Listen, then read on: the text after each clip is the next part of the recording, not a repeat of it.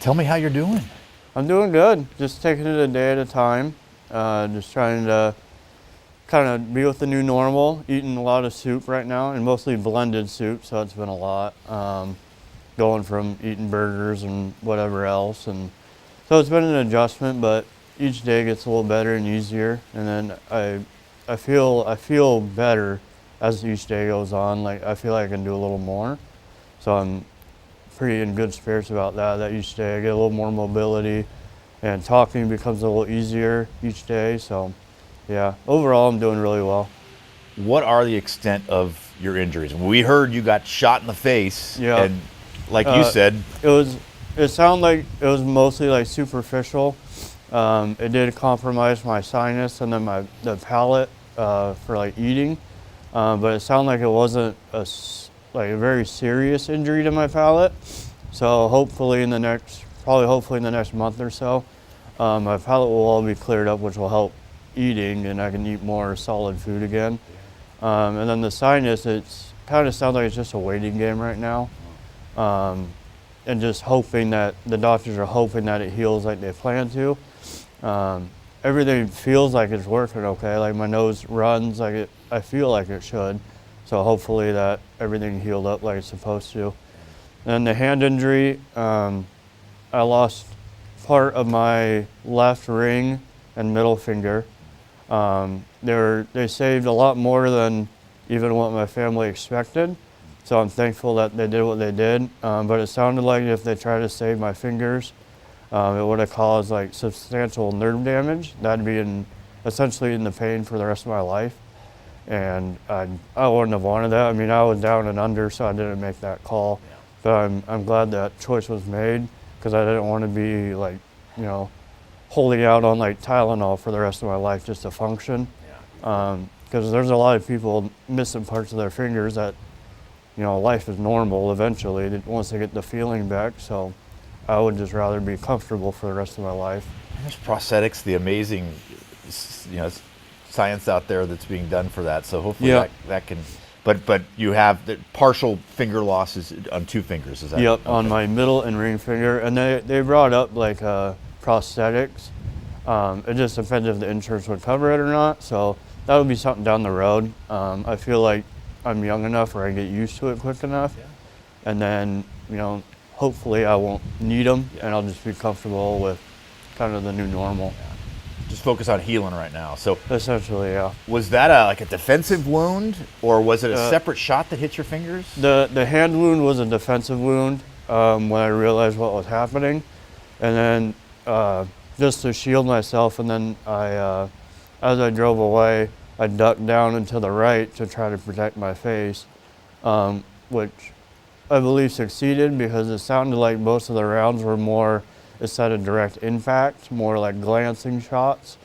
So I feel like I did it, but yeah, the hand wound was pure defensive, yeah. So it was one shot that hit you out of 4 or 5, it sounds like? I think so, yeah. I don't really recall a whole lot. The investigation probably knows, but yeah, we haven't really gotten that far into it yet. Do you even remember much of that? I remember a little bit. I'm sure there's security cameras and stuff that picked up a lot of it. Just everything happened so quick. But yeah, I remember bits and pieces of it, but yeah, everything happened so fast. And then you drove yourself. We all heard about that. Yeah. Do you remember that? I remember that part, because that's when everything kind of mellowed out. And I knew that, I passed a perfectly good fire station, and they're really good at what they do. But right when I was about passing the fire station, I realized I was a little more injured than I thought I was, so I knew the hospital was probably the best chance, rather than waiting for medics and kind of waiting it out. I knew that would be my best chance of, getting the help I needed at the time. Because you knew you were seriously I realized at that point that I was actually hurt, rather than just a freak accident happening. But yeah, once I realized I was hurt, I knew I just needed to get to the hospital, because the nursing staff and the doctor staff here at St. Mary's are incredible. I've been there quite a bit with like car accidents and stuff, talking to them, so I knew they were good. So I knew my best chance was just getting there as quickly as I could. Rather than waiting for, I'm sure someone would. It's happened right in the center of town. It did.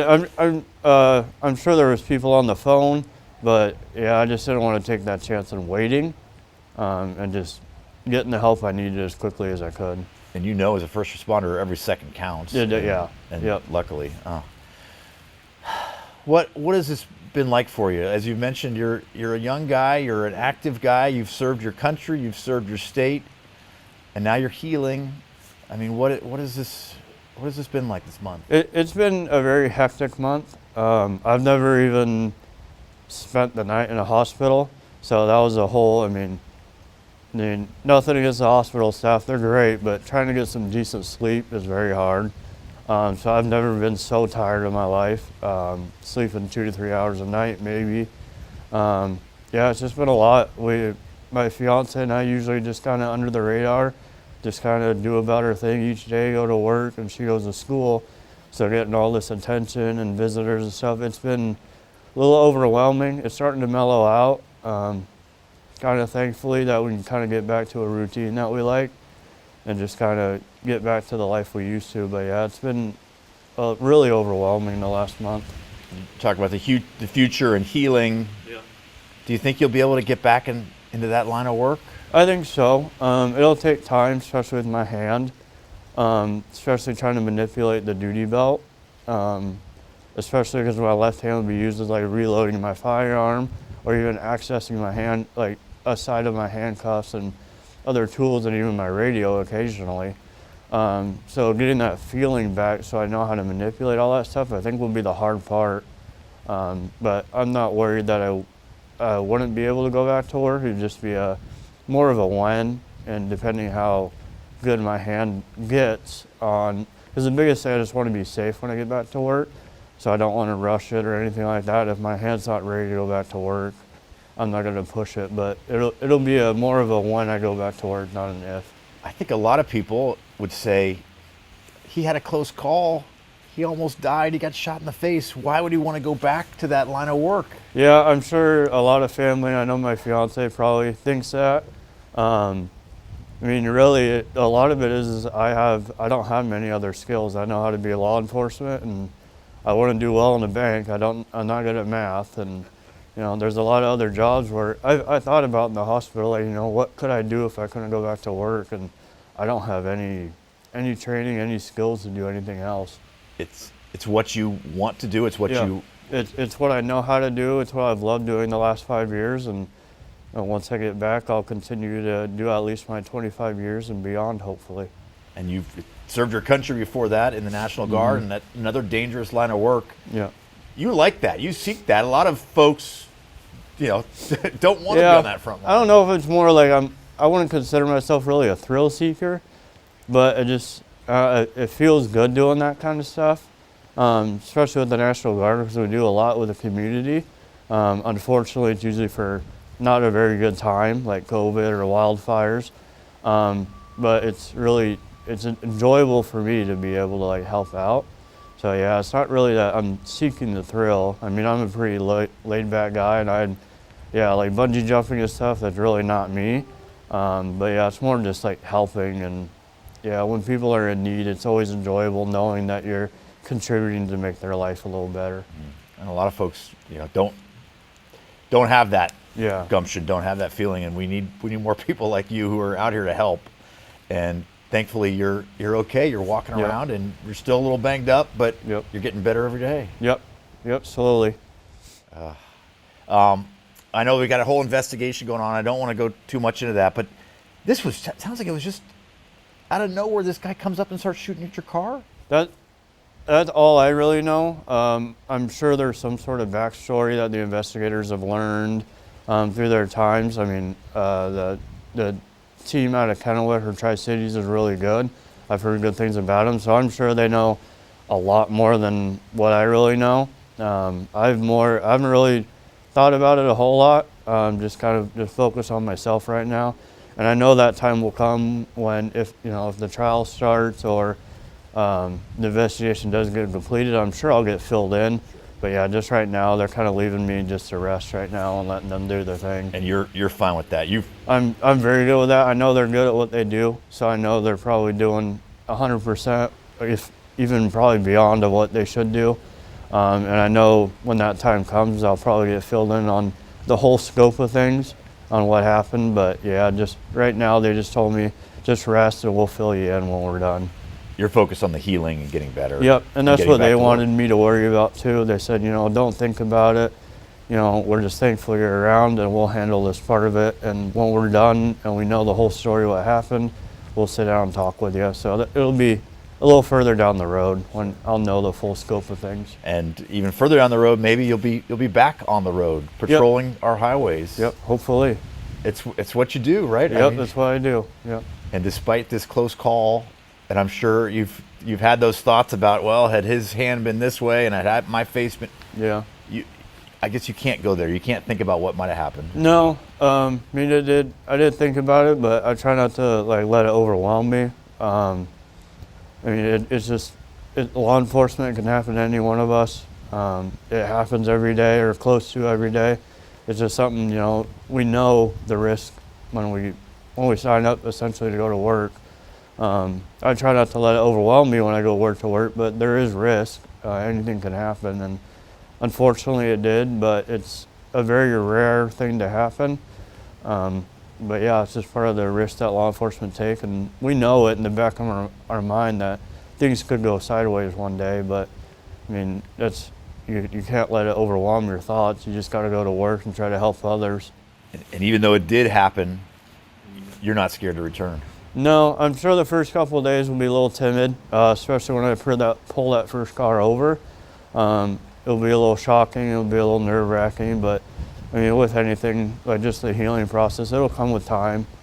I got a great crew here that they all express that they'll help me ease into it. They'll ride in the car with me just to make sure I'm okay. And then as I get more comfortable and get a little more confident about being back at work, they'll let me ease off and get back to how I was. So. Well, like you say, you've got the number one ingredient. It's just that desire to help and to serve. And like you said, it's all you know how to do. Yeah, it's all I know how to do at this point in my life, yep. We'd rather have you on our streets than in our banks. Yeah. Counting our money, right? Yeah. You can't teach math, right? No, yeah, no. I gotcha. Well, thank you so much. Anything else you want to add? You've got a lot of support. I know a lot of people are pulling for you, and we saw there were people at the hospital that were eager to wish you well. It's been awesome for the support, even from the west side of the state. Troopers I never met before leaving notes, and just even the Walla community itself. I know it's a good community, and then just a little more trying times right now with a little more, not necessarily hostility, but just a little confrontation between law enforcement and the public right now. It's just awesome to see that Walla Walla came out with full support. My fiance and I love it. It's great to see, and I look forward to when I get back to work where I can start thanking the people that either have donated or just sent me a message, or my family a message of praying for us, that I can go back and start saying thanks to everybody once I get a little better and get out and about. And it is a hard time to be in law enforcement. I don't have to tell you that. Yeah. You guys are under a lot of scrutiny, and people are leaving your profession. Mm-hmm. And in some cases, you can't blame them. Yeah. But here, you're sticking with it. Yep, and Walla Walla itself is a really law enforcement friendly town. Even from the county sheriffs here to the city police department, there's a lot of support here. We haven't seen police officers leave around here, so it's really nice, and I think the community itself really appreciates law enforcement, which makes it really nice to go to work because we know that everyone cares about the first responders in this area.